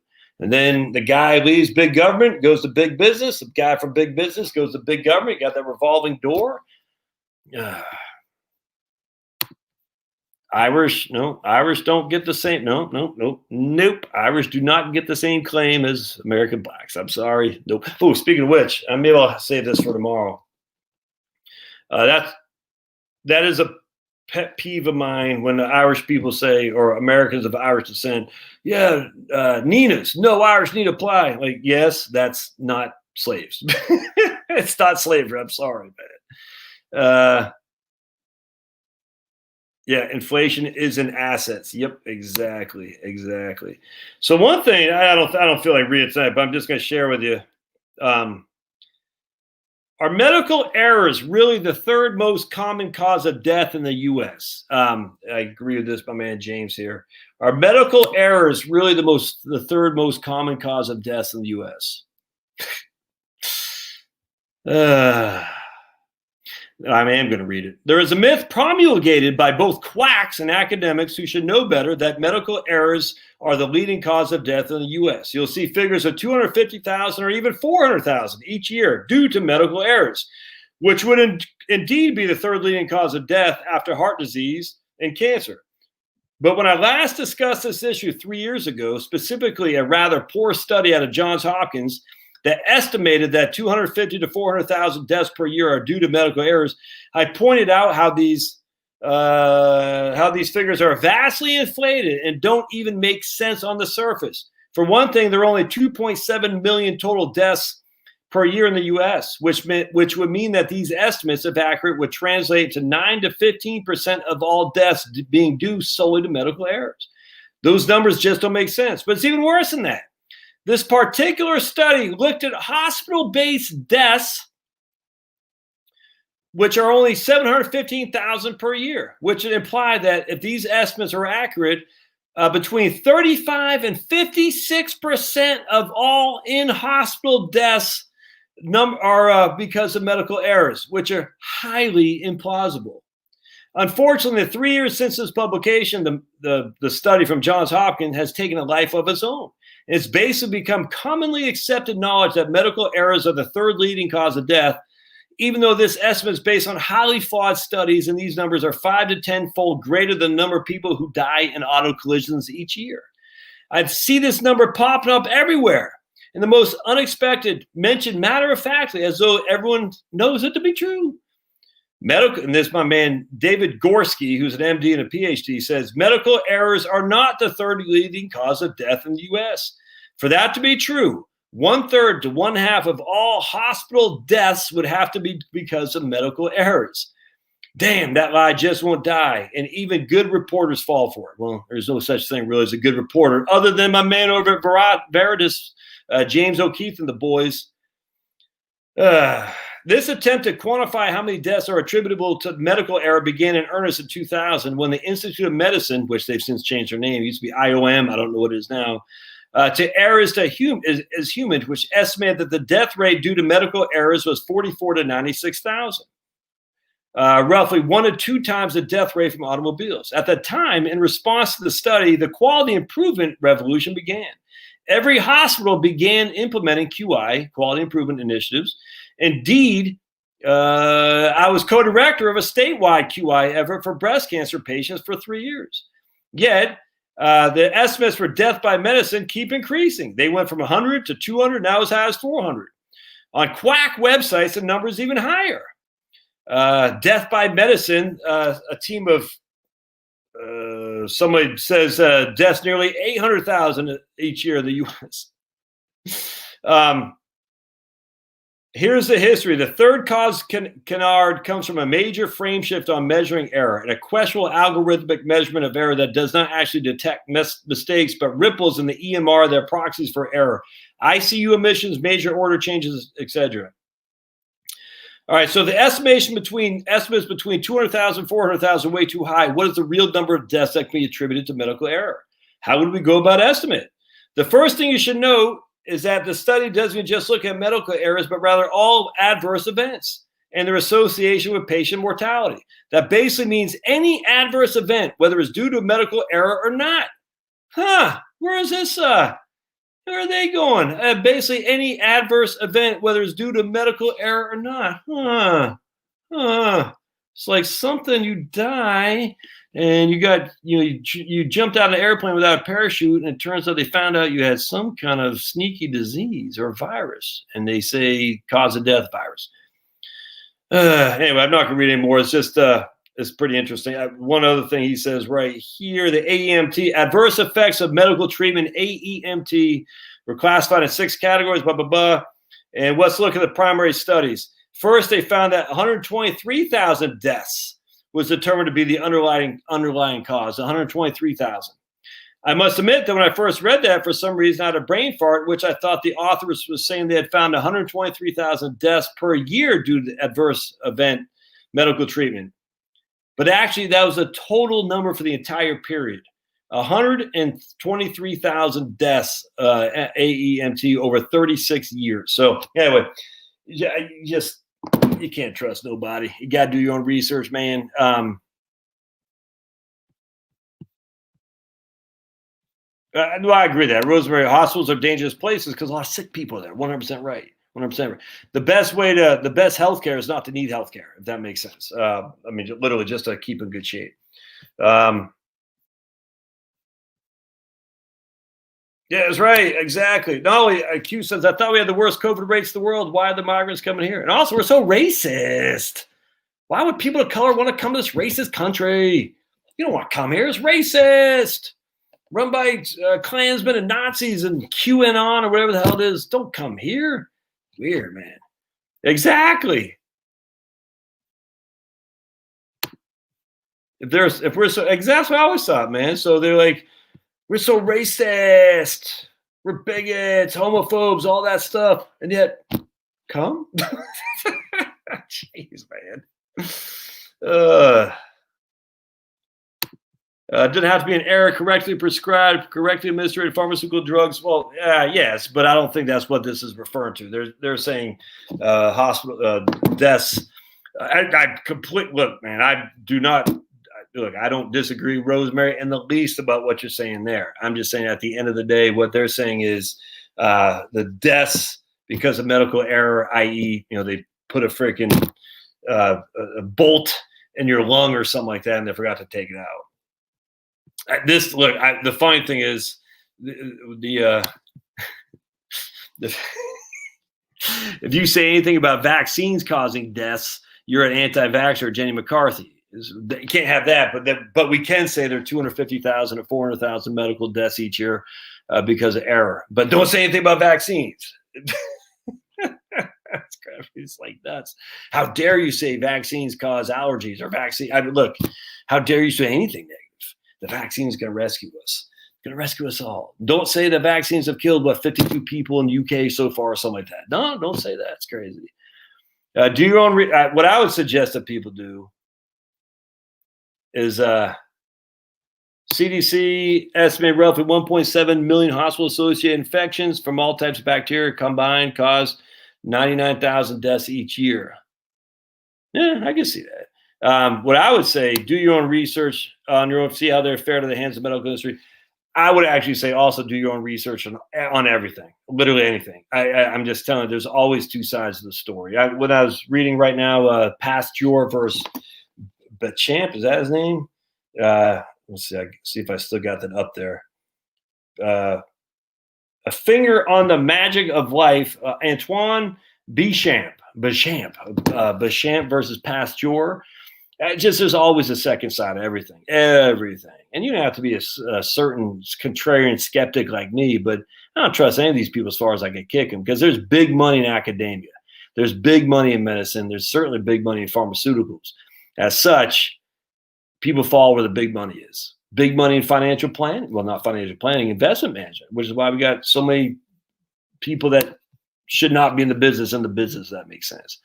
I'll always look at this, and I'll get you out of here. I just want to share this one chart with you. I'm sure I'll get boomed from this for showing it to you, but bear with me just a second.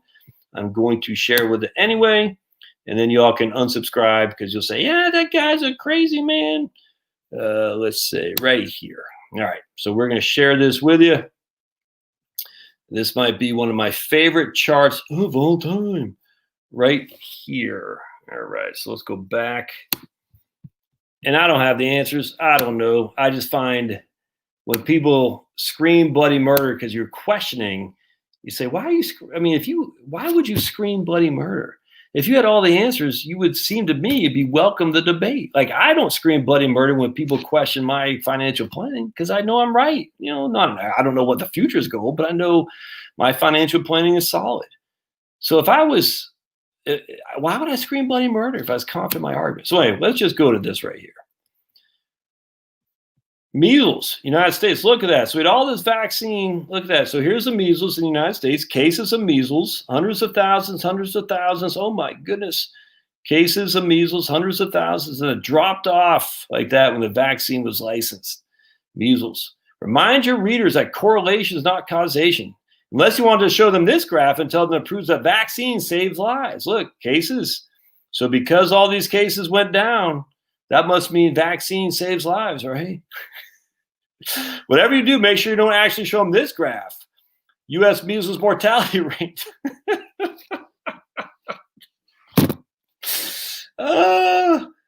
Vital statistic rates for the U.S. So we have mortality rate per 100,000 population, 1900 with roughly 12, 10, 8, 6, 4, 2.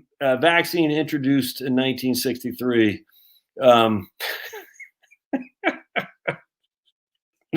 Look, I haven't independently confirmed any of this. I laugh. There has to be something to this. So here we go. Measles cases, lots of cases. You make the correlation between vaccines, death rates, lots of death rates, going down. Oh, yeah, interesting. That's one of my favorite charts, man. I've yet to hear a good argument against that. Someone else, well, she had another one in here too, this lady who had written this. Studies that purport to demonstrate the safety of vaccines are similarly flawed and limited in their scope. Indeed, the list of 42 studies put forward by the American Academy of Pediatrics with an invitation to parents to examine the evidence, none compare unvaccinated populations against vaccinated populations, and most look only at either MMR or Tamarisol. None compare vaccinated populations against unvaccinated populations.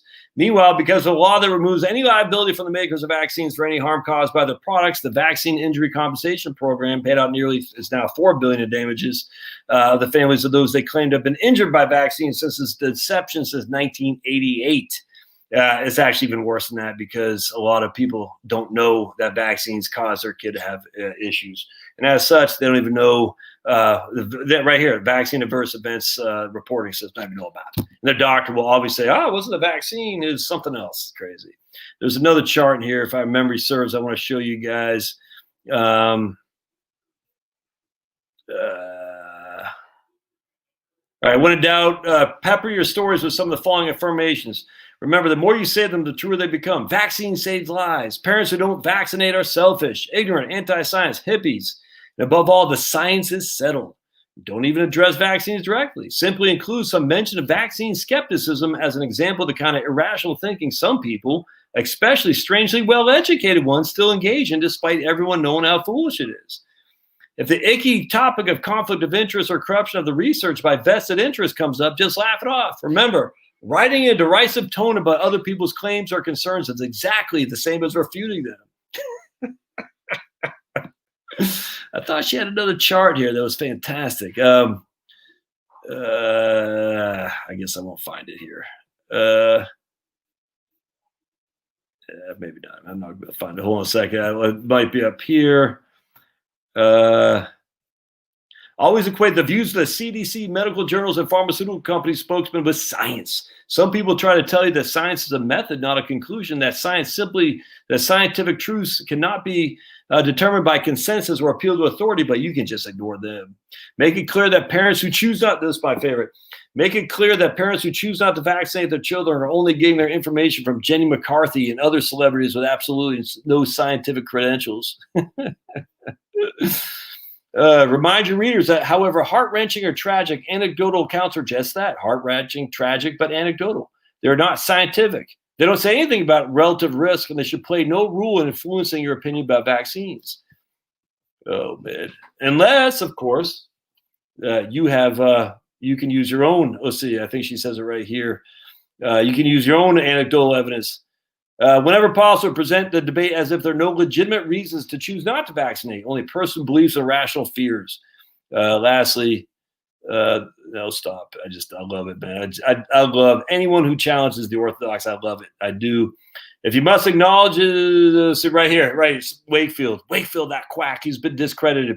If you must acknowledge that critics of vaccines have actual reasons for their concerns, restrict the discussion to the fear that vaccines may cause autism. Exactly. That's what they all do. And be sure to stress that the only basis for the concern is a retracted 1998 study by Andrew Wakefield. You can also mention some of the studies that, quote, prove there's no causal link between vaccines and autism. Just be sure not to mention any of the ones that do show connection, like this one. Be especially careful not to mention this one, or any of these. Above, at all costs, never mention any of the concerns listed in 4 above. For bonus points, see if you can create the impression that the only potential problem with the vaccines is thimerosal, and then declare that it has been removed from all vaccines. It hasn't. I love it, man. It's just funny because at the end of the day, my thing on vaccines isn't that I'm anti-vaxxer, because I'm not. My thing on vaccine is we have a significant increase in allergies, allergic reactions. My kid almost died from allergies, all right, when he was 6 months old, to peanuts. And I'm sitting there thinking, all right, my wife has 8 brothers and sisters. I have 2. So there's 12 of us. Not one of us has allergies. Not one. Maybe it's because my mom smoked like a freaking carton a day. My parents both smoked a carton a day. Maybe the secondhand cigarette smoke protected us and increased our immune system. I don't know. But all I know is we have a hell of a lot more vaccines being distributed to children now than we did when I was growing up. And when we see these studies that prove the efficacy of vaccines, they don't ever look at at least the ones I've seen, I've always asked, show me the study that proves that they're safe for children in the mass that we provide to them. I'd love to see it. And the one that always came back was the IOM study from 2012, and it was just a rehash of old studies going back from 1990s. And there's a couple from 2007, but it did not address the issue. It's nuts. And I haven't seen anything since. There was one that came out in 2017 that referred a lot to that IOM study. I haven't dived into it too much. I just saw that they kept going back to IOM study. So I said they're just rehashing what that IOM study said from 2012. And that study was just simply not true. It was a true study, but it didn't prove anything. It was nuts. I'm saying, okay, let's just say, for instance, the MMR vaccine, they're proving that vaccines combined together don't hurt children. Okay. So the study said what? Well, it said we looked at MMR. Okay, but we give a hell of a lot more than MMR now, fools. That's not the only thing we're giving. We're throwing all the stuff in there. How do we know? And now we're going to come up with this vaccine to save us from coronavirus? But hey, it'll save us all. Crazy. Yeah.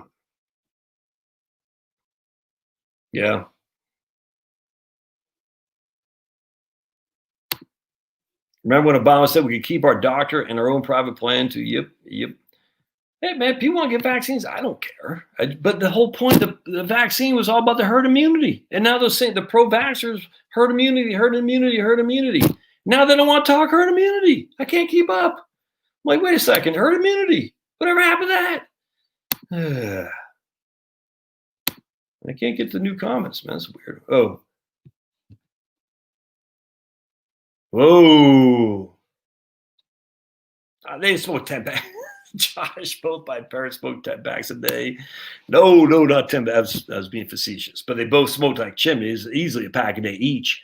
So that'd be 2 packs a day. My wife's mom smoked Cools. And so I look, man, I have a sneaky suspicion that secondhand smoke is not nearly as bad as what people say. There's studies out there. It's been a long time since I looked into it. I just don't care that much anymore. But because not that many people smoke, I find it scary though that people I don't want to live in a house next to somebody who smokes because that could hurt me. We have a sick need to be in fear and to be that person could hurt me by the actions that person is doing outside. I'm sitting there thinking, I don't get it.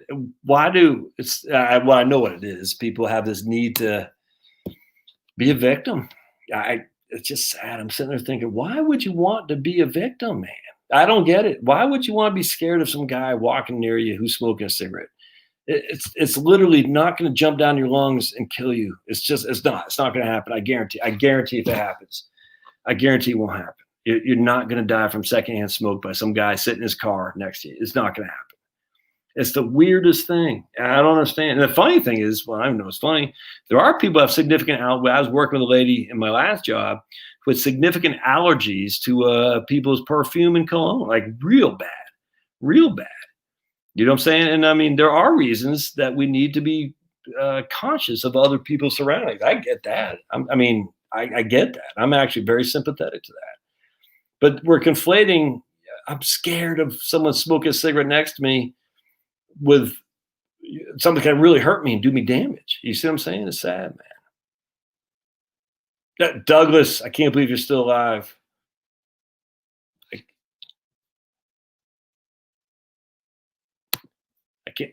I cannot believe look, I used to jump. Check this out. When I lived on Peaks Island, I'll find my YouTube, go to hold on a second, Heritage Wealth Planning. I will show you my hold on just a second, my friends. That's not going to show it very well. I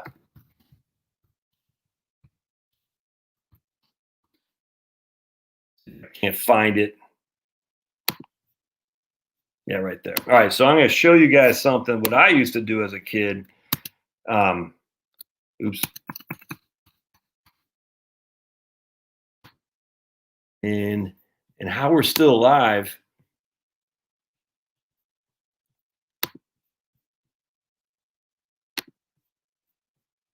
Oops. There you go.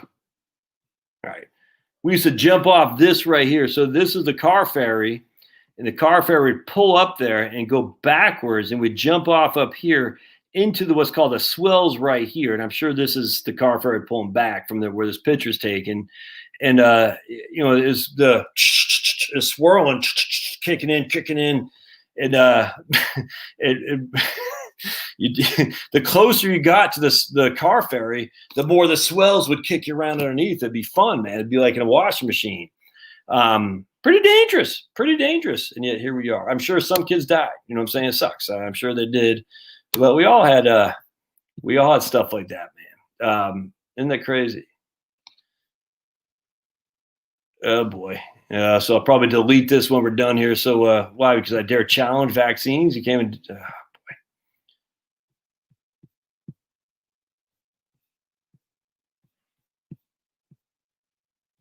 Yeah, I'm not. Look, people do whatever they want to do. I don't care. I'm just at the end of the day, I'm saying there's always a second side of every story, and I find it frightening that people are so eager to follow the moneyed interest, which is crazy. Why would you follow people who have a financial incentive to move you in a direction? All right, I'm going to check the score of the Aints and Pat, the GOAT. Still going for the GOAT. I'm using my Brave browser because, what's going on with the GOAT? 2013. Ooh, 2020. All right. Touchdown, Tommy. All right, my friends, I'm going to get out of here. We drove to Tennessee, saw someone 20. Yeah. We drove to Tennessee in a station wagon all the way back with a large window wide. Yeah, man. Yep. The secondhand smoke is bad. I should be dead. My parents and all their friends smoked, and I breathed that for 40 years. Yep. I got caught up in the streaking fat as a kid. And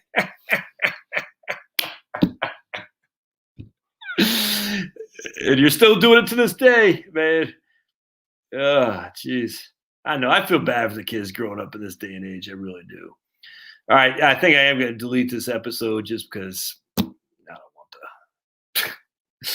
I don't want the strike. My man Barricade Garage, by the way, he's back. I think he got knocked around a little bit by YouTube. If you're not following Barricade Garage on YouTube, you got to follow that guy. He's just fantastic. Follow Barricade Garage. He got dinged at least once, if not twice, and the dude's just freaking awesome. All right, my friends. Yeah, pro-vaxxers, exactly. Look, and that's the thing. That's the funny thing is, I'm like, you're driving away agnostics. This is the same thing that Christians used to do. You have to believe everything we say, or you're of Satan. It's the same thing. It's like, my goodness, I'm not anti-vax. Could you possibly see there's a correlation? I don't know what is attributed to, but we have a sick society now. Something is going wrong. Is it GMOs? I don't actually think so.